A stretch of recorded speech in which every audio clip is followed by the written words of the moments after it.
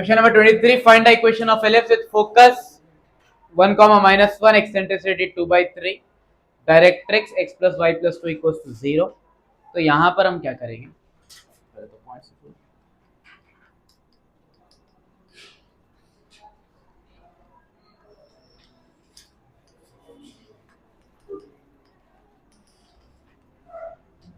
Parabola के standard form में हम ये वाला फॉर्मूला यूज करके डिराइव करे थे, याद है?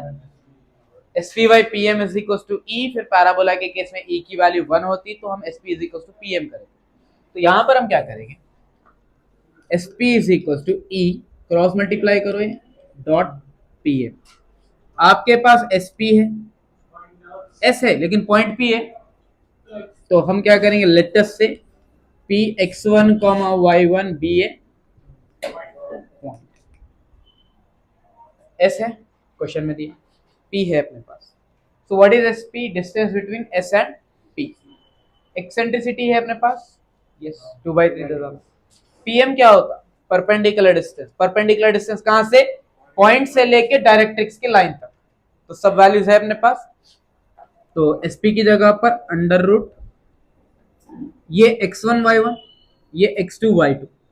So x2 minus x1 which means x1 minus 1 whole square, then y1 minus 1. ये हो गया SP का calculation. Is equal to eccentricity है 2/3 modulus ax1 plus by1 plus c. Formula लिख देता हूं यहाँ पर मैं ऐसे में. Distance between S and P is under root x2 minus x1 whole square, y2 minus y1 whole square. ये था SP का फॉर्मूला. फिर perpendicular distance which is modulus ax1 plus by1 plus c by under root a square plus ये है PM का formula. So modulus of ax1 by1 plus c. तो a की value 1 है, b की वैल्यू 1 है, c की वैल्यू 2 है. ax1 by1 plus c by under root of a square plus b square. What is x1 y1? वही है point. यहाँ तक समझ में आया अभी? Next under root x1 minus 1 whole square, y1 minus into minus is equals to 2/3 modulus 1 into x1 is 1 into y1, 1 square 1, 1 square 1, 1 plus 1 बनता 2. यहाँ तक समझ में आया अभी? अब आपको ये रूट हटाना है तो क्या करते हैं आप? स्क्वायरिंग करते हैं, या बोलो सिंपली रूट को उधर भेज के स्क्वायर बना दो सबको. तो ये रूट आके यहाँ पर स्क्वायर बना, तो पहला होता है 2/3 square x1 plus y1 plus 2 whole square by root 2 whole square. समझ आया तक?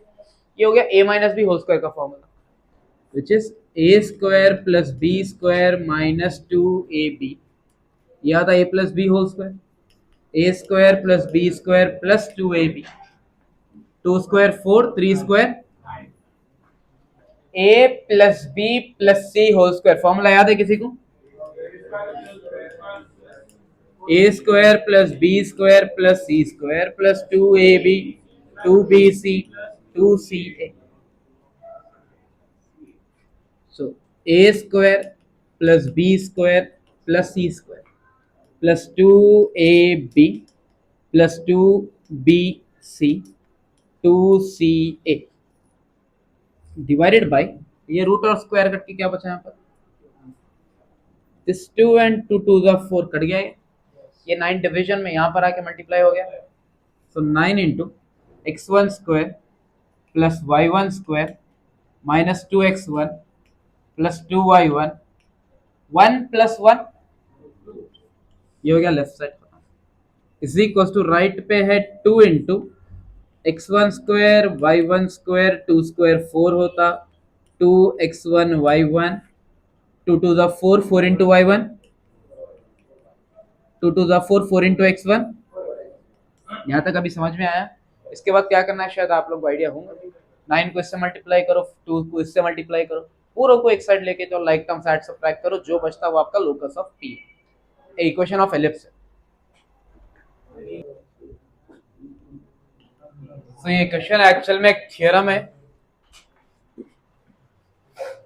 P x one comma y one any point on the ellipse जो कि स्टैंडर्ड फॉर्म में ए ग्रेटर देन बी, जिसके फोकाई क्या है बोला एस एन एस डैश। आपको बताना है S P plus S dash P की वैल्यू कितनी है ना, कांस्टेंट है। उसके लिए पहले एलिप्स बता दो।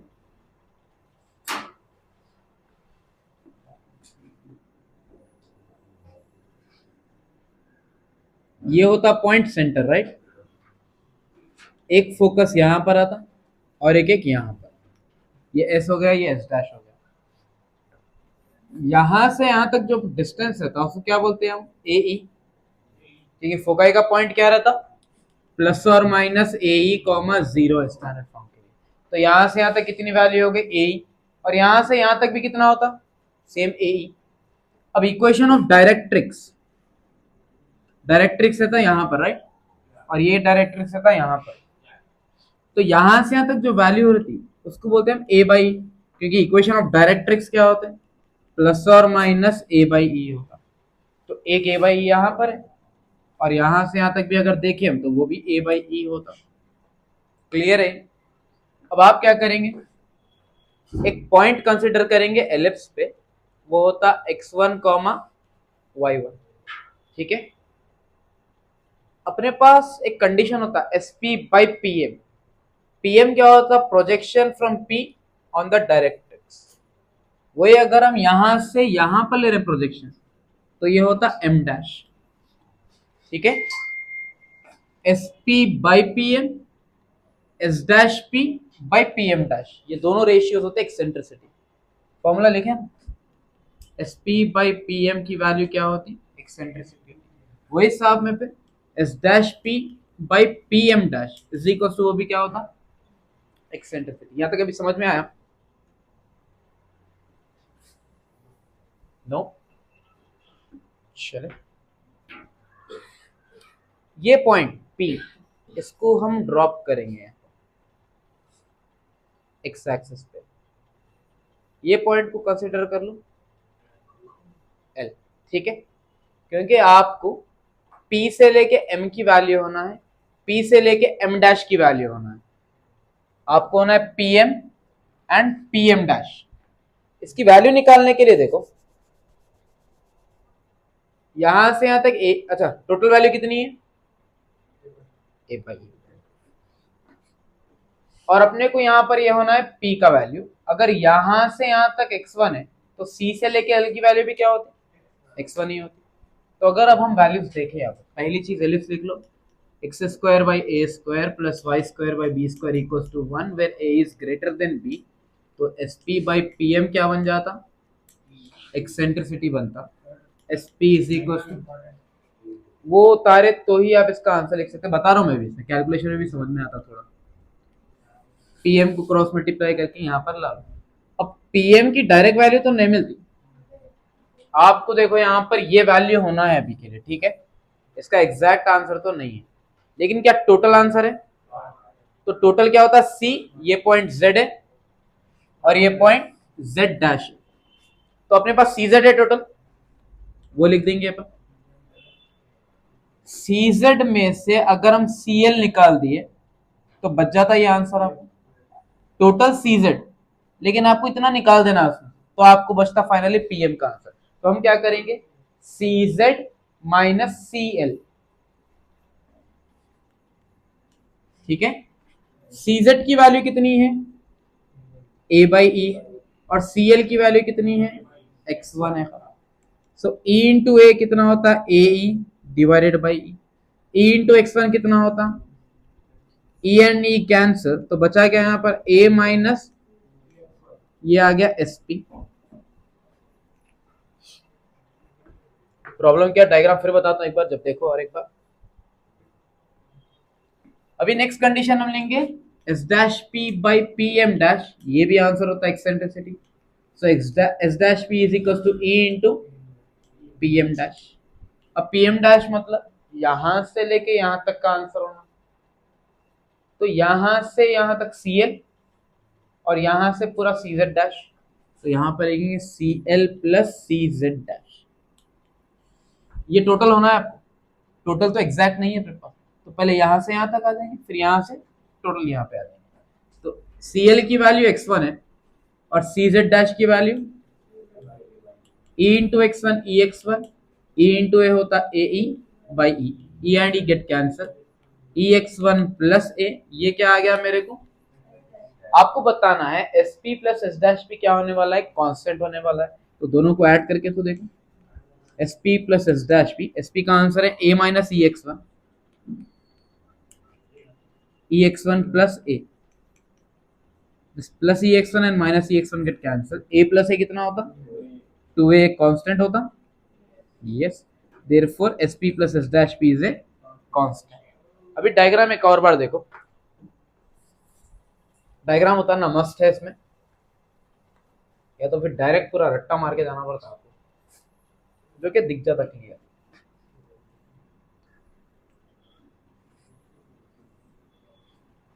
एलिप्स उतारे, पहला आपका काम है सेंटर लेना, उसके बाद उन्हें फोकाई दे डाला आपको, एक एस है और एक एस डैश है।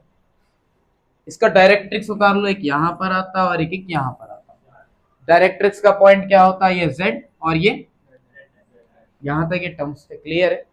उसके बाद आप आते एक पॉइंट पे, वो पॉइंट आप यहां पर कंसिडर करेंगे, यहां पर कहीं भी ले सकते, मोस्टली हम यहां पे ले। तो ये P(x1y1) एक पॉइंट आ गया।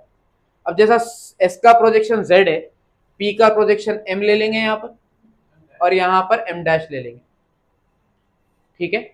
आपको पूरी वैल्यू कैलकुलेट करना है एक्स एक्सिस पे, तो हम क्या करें इसलिए, ये पॉइंट P बीच में कहीं है बोल के हम ये इसको उतार ले रहे नीचे, तो यहाँ पर L बोल के। अब आपका काम है PM जहां जहां भी है आपको LZ मतलब ये देखना है डिस्टेंस आपको। तो हम क्या कर रहे हैं, आपको ये वैल्यू होना है बोल के, अपने पास टोटल तो है डायरेक्ट्रिक्स के हिसाब से A बाई ई, और ये भी वैल्यू होती A बाई ई। ये x1 है तो ये x1 होता वैल्यू इसका। तो आप क्या करेंगे, देखो फर्स्ट वैल्यू ये होना है PM की एग्जैक्ट वैल्यू तो नहीं है, तो मैं क्या करूं, ये टोटल वैल्यू माइनस ये वैल्यू, दोनों को सबट्रैक्ट कर देना। टोटल वैल्यू कितनी है, A बाई ई है, जिसका नाम नंबर है CZ, उसमें से आपको इतनी वैल्यू निकालना है, तो यहां से आता कौन सी वैल्यू है, CL, टोटल में से इतनी निकालना है, तो आपको रिमेनिंग जो बच जाता है PM आता। तो ये टोटल A बाई ई है, यहां से यहां तक x1 है, वो अपन सबट्रैक्ट करें वहां पर। वैसे ही आपको जब PM डैश होना है, तो आपको यहां से लेके यहां तक का आंसर होना है। तो अपने पास वैसा तो नहीं है, लेकिन यहां से यहां तक की एक वैल्यू है वो है A बाई ई, फिर यहां से यहां तक का आंसर है x1, तो इसको और इसको ऐड करें, किसको, CL प्लस CZ डैश। तो वहां से अपने को ये सेकेंड वाला केस में जैसा आ गया उसके वैल्यूज लिख डाले, ऐड करें, आंसर खत्म। समझ में आया, नया नया होगा तो 2-3 बार एक बार अच्छा प्रैक्टिस करो, समझ में आ जाएगा। Question number 25, find the equation of ellipse in the standard form such that distance between foci is 8। क्या ऐसा क्वेश्चन हम करें ऑलरेडी पहले। सो डिस्टेंस बिटवीन फोकाई का फॉर्मूला क्या है, कितना दिया उसका आंसर, ये 2 and 2 4 8, तो AE की वैल्यू कितनी हो गई। देन और एक क्या दिया कंडीशन, डिस्टेंस बिटवीन डायरेक्ट्रिसेस, इसका फॉर्मूला क्या है, 2A डिवाइडेड बाई E, इसका आंसर कितना है, 2 1 कैरी 1 2 16, तो A बाई E का आंसर कितना है। इसको ले लेंगे इक्वेशन 1। हम जो क्वेश्चन करे थे स्टार्टिंग में एलिप्स के, वो था distance between foci and length of latus rectum दिया था। यहाँ पर फोकाई और डायरेक्ट्रिसेस का डिस्टेंस, अगर ये दोनों आ गए तो आसान हो जाता है आंसर। आप सिर्फ क्या करेंगे, मल्टीप्लाई 1 and 2 कर देंगे, AE and A by E, वहां पर है 4 और यहाँ पर है, तो इससे होता कुछ नहीं, ये E और E कैंसिल हो गया, A इंटू ए क्या होता, 4 इंटू 16 कितना होता, जो कि डायरेक्टली आंसर आएगा, फैक्टराइजेशन की जरूरत नहीं पड़ती है। अब उसके बाद A और B का एक रिलेशन है, वो है B square is equal to A square minus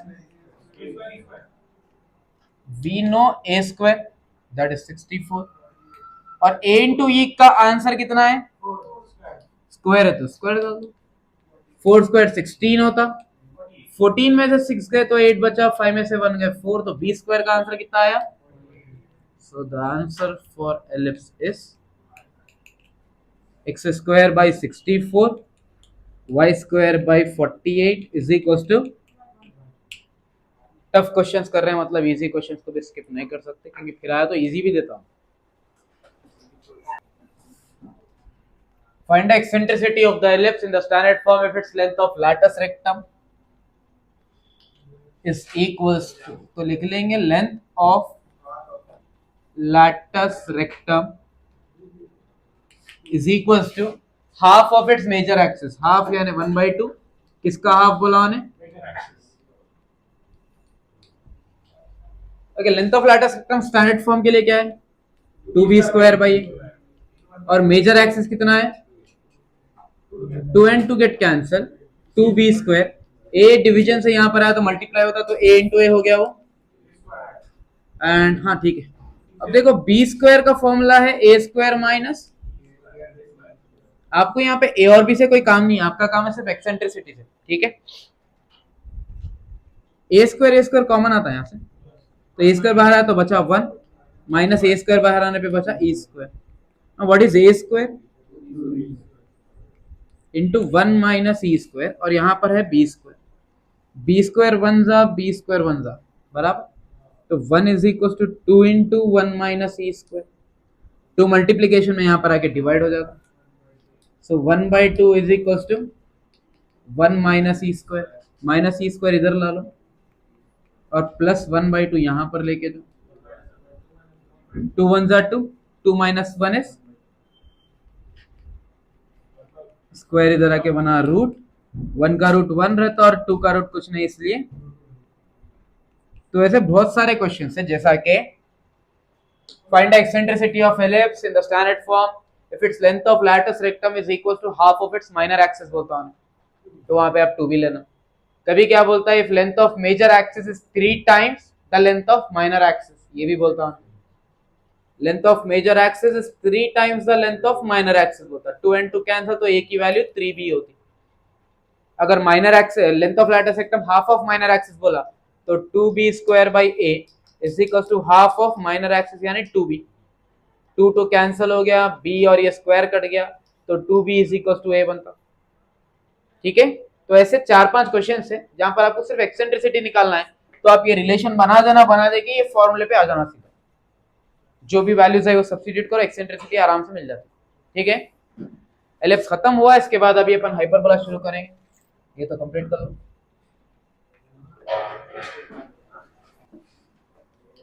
next chapter hyperbola, यहां से आता है एक एसए क्यू, तो अगर एलिप्स अच्छे से करे तो हाइपरबोला और आराम से कर लेते हैं। एलिप्स का जो स्टैंडर्ड फॉर्म था वो था x square by A square plus Y square by B square equals to 1, जहां पर एक था a ग्रेटर देन b और एक केस था a लेस देन b। ठीक है, तो हाइपरबोला में क्या करता हूं, x square by A square minus y square by B square equals to 1, ये होता स्टैंडर्ड फॉर्म हाइपरबोला का। यहाँ पर a greater than b a less than b वाला केस नहीं है, यहाँ पर या तो ये इक्वेशन है या तो डायरेक्टली होता y square by B square minus x square by A square equals to 1। समझ में आया? पहले y आया था, सेकंड x आया था, यहाँ पर नेगेटिव किसके ऊपर आ रहा वो हिसाब से हाइपरबोला हम अलग करते हैं। y के साथ नेगेटिव है तो पहला स्टैंडर्ड फॉर्म होता है जिसको हम हाइपरबोला बोलेंगे, अगर x के साथ नेगेटिव है तो इसको बोलते हैं कॉन्जुगेट हाइपरबोला। क्या बोलेंगे? एक्सेंट्रिसिटी में क्या फर्क है? एक्सेंट्रिसिटी एलिप्स की थी a square minus B square by, यहाँ पर आपको मिलती है a square plus B square by a square. Second वाले फॉर्म यानी कॉन्जुगेट हाइपरबोला की a square plus B square by B square, ये कॉन्जुगेट हाइपरबोला की एक्सेंट्रिसिटी। क्लियर है? बाकी जो फॉर्मूले थे, length of major axis, minor axis, latus rectum, foci, centre, directrix, सब सेम है एलिप्स के, खाली आपको ये दोनों चेंज होने वाले और स्टैंडर्ड फॉर्म के हिसाब से फॉर्म्स चेंज होने वाले। समझ में आया ये तो खैर कॉपी करने की भी जरूरत नहीं है, बिकॉज हम वही देख लेंगे, एलिप्स के फॉर्मूले याद कर लेंगे, इसमें चेंज क्या करना है वो दिमाग में रख लो। और टेंजेंट का जो इक्वेशन था वो था y is equal to mx plus और minus under root A square M square plus B square, कहां पर था ये? एलिप्स में था, राइट। लेकिन हाइपरबोला में इक्वेशन ऑफ टैंजेंट का फॉर्मूला है y is equals to mx plus or minus under root a square m square minus b square, and condition for tangency भी चेंज होती है यहाँ पर। Condition for tangency is c square is equals to a square m square minus, अगर ये change हुआ तो जो एक्सेंट्रिसिटी का फॉर्मूला हम हाइपरबोला में लिखे थे ए और बी का relation, b square is equal to वहां पर था a square minus a square e square था, राइट। यहां पर क्या होता? नहीं, a square e square minus a square हो जाता। तो आपको एक, दो और ये तीन फॉर्मूले देखना है। एक्सेंट्रिसिटी का फॉर्मूला तो चेंज हो रहा है, वो सिर्फ आपको प्लस हो जाता, ठीक है। ठीक है, लिख लो, लिख के कॉपी करो, याद करो, या फिर वापस से एलिप्स देखते तो वो भी देख लेके आ जाओ। ये क्वेश्चन बहुत इंपॉर्टेंट है, ऐसा क्वेश्चन सेम हम एलिप्स में करें, याद है? 3 बिट थे वहां पर, पाई बाय 4 का भी केस था, बट उतना इंपॉर्टेंट नहीं है बोला, लेकिन यहाँ पर बहुत ज्यादा इंपॉर्टेंट है। इसके बाद एक सेम क्वेश्चन एक प्रैक्टिस में दिया आप लोगों को, वो दोनों मिला के करीब करीब ऑलमोस्ट आधे बार तो कवर हो गए क्वेश्चन इसके। तो यहाँ पर देखो, find the equation of tangent to the hyperbola x square minus 4y square is equal to 4। Standard form में लाने के लिए जो भी RHS में नंबर है सब कुछ से डिवाइड करना। x square by 4 minus 4y square by 4 is equal to 4 by x square by 4 minus 4 and 4 get cancel, y square by 1 is equal to, अगर इसको हम स्टैंडर्ड फॉर्म से कंपेयर करें, a स्क्वायर की वैल्यू 4 आती है और b स्क्वायर की वैल्यू 1। फर्स्ट बिट में क्या पूछा आपको ने? पैरेलल टू, किसको पैरेलल है? दोनों भी same equation, parallel to x plus 2y and perpendicular to x plus 2y। तो पहला case parallel to x plus 2y is equal to 0। So x plus 2y equal to 0 है। यहाँ से slope का formula minus a by b होता, minus a क्या होता है? x का कोएफिशिएंट, b होता y का कोएफिशिएंट। तो आंसर कितना आया इसका? फॉर्मूला लिख देंगे साइड में, minus a by b. Now equation of tangent क्या है? y is equals to mx plus or minus under root minus B square, m की value minus 1 by 2y into X plus और minus under root A square 4 into minus 1 by 2 whole square minus B square कितना आया? तो y is equals to minus 1 into X, minus 1 का square plus 1, 2 square होता है 4 minus 4 and 4 get cancel, minus X by 2 plus और minus under root 1 minus 1, 1 minus 1 कितना होता? तो गया हो, तो बचा खाली माइनस एक्स बाई 2 प्लस और minus 0, 2 into Y is equal to minus X, minus X इधर आया तो क्या मतलब? तो जो पैरेलल इक्वेशन है वो क्या है? Same, x plus 2y equal to 0 है। अब आ जाएंगे परपेंडिकुलर के बिट पे।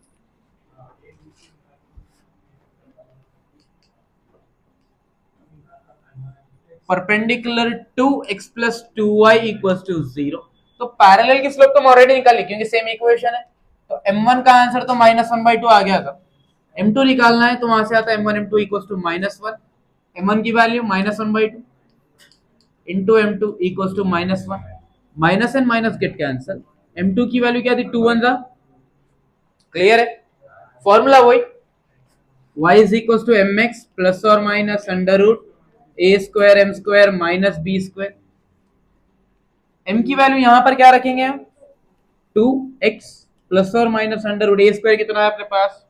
ए स्क्वायर 4 है, बी स्क्वायर की वैल्यू 1 है, तो 4 इंटू एम की value 2 minus 1, y is equal to 2x plus और माइनस 2 स्क्वायर होता 4 माइनस 1, प्लस 5 को इधर ला लो, प्लस और माइनस 4 4 16 माइनस 1। आया समझ में? ये प्रैक्टिस क्वेश्चन इसका देख लो, एलिप्स है, हाइपरबोला है आपका ने, 3x square minus 4y square is equal to 12, parallel to and perpendicular to वही 2 बिट्स है।